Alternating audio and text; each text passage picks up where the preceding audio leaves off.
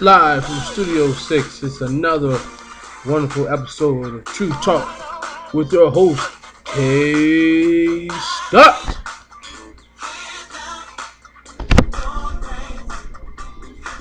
Oh, yes, I am back in full effect.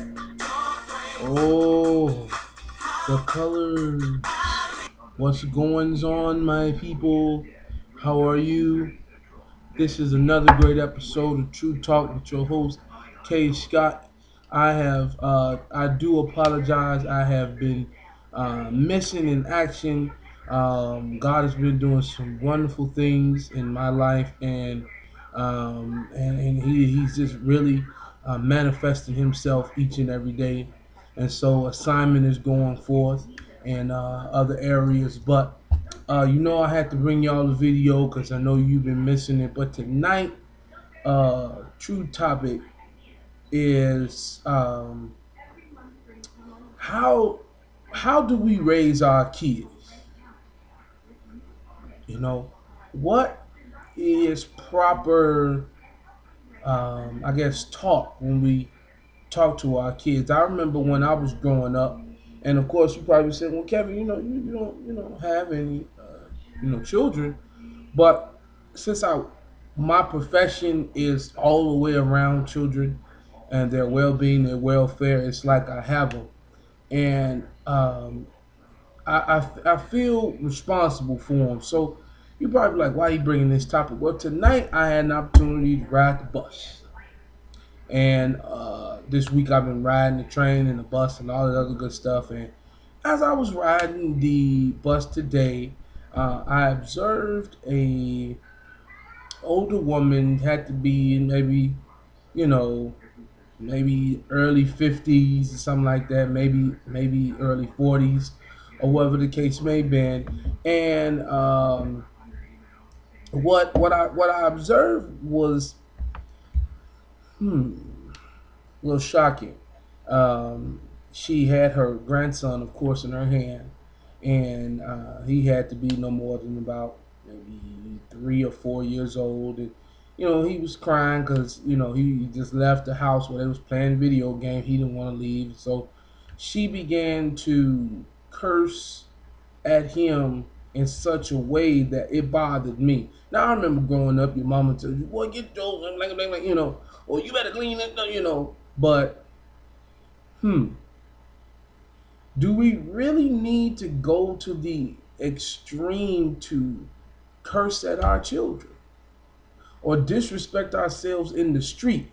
Now, how you discipline that's your own business, but how you discipline a child in the street, especially when he or she is not doing anything wrong. They don't need correction right then and there. Just say, when we get home, we need to have a talk. You should be to a point whereas your kids should know who is the child, who is the adult. I mean, who is the parent, I should say. And one thing that bothers me is public correction the wrong way. I understand if a child picks up a candy bar in the store, you told him, "Son, do not pick up that candy bar." He picks it up, you tap his hand. I understand that. Trust me, I do. But to call him almost every curse word in the book, and I'm not exaggerating this, and then to forward to call him a sissy.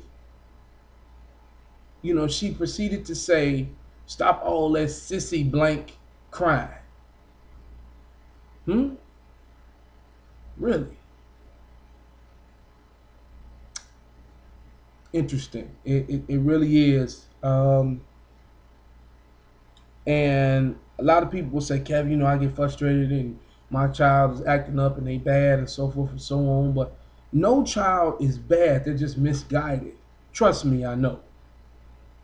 I work with a group of young teenagers who are the next generation to come up in this world. And one thing I observed, it's not that they're, whatever petty crime that they did, that makes them criminals, but it's that they're misguided. And if you have dysfunction in the home, if you have dysfunction with the parents, if you have dysfunction with the school system, How are you going to give that child the best opportunity that he or she can receive? So I charge you people to be better at raising your children. Be better at being a better parent. And I say this not to the parents who've gone, who've raised kids and they grown and gone. We're talking about these young parents, these young mamas, and hopefully daddies, because everybody knows the saying, "Mama's baby, daddy's maybe," and that's crazy. Because if she was good enough to lay down with, if she was good enough to open them legs up with, you should know and be responsible. It should be no way possible that it is 9:30 or 9 o'clock at night on a school night and your child is not at home. That's not acceptable. Especially if they're not in the after school program, or they're not getting picked up or dropped off, or they're not with a parent. Now, I understand everybody's situation is different, and nobody, hey, public transportation is at a lot of people's means of transportation, and you may have to come home with your child late. But no, everything is done decently and in order. I don't want people to be like, "Ooh, that lady talked to that baby so bad," or "that man disrespect you." Don't disrespect yourself. That's the biggest thing. So, like I said, this is just a short video tonight. I didn't want to be long. It just was on my heart. We have to do better about raising our children, and we need to really go back to that. A village. It takes a village to raise a child. The school system is failing our kids. Our families are failing our kids, and ultimately they're gonna fail themselves, because at this rate, if you call a child a sissy or faggot or any derogatory word, or you just like your daddy, or you ignorant bastard, or you doing all this other stuff, you're setting off something in the atmosphere that kid is going to remember for the rest of his life. So know that what you say is power in life and death through the tongue. Understand your place as a parent and also a man and woman of God. I understand that's your child. You raised them. I understand that you taking care of them, and they need correction. But understand, everything has its place. And don't disrespect yourself, and don't hurt that child's future by calling him he or she names. And I don't know. I don't want to talk. I don't want to say no more about this, um, because it hurts me. It really does. And if somebody don't fight for our kids' future, if somebody don't step up and say something, then I really, the next 5 years, the next 10 years, I really pray. I just say I pray, and I interceding, for our youth that's coming up. You know.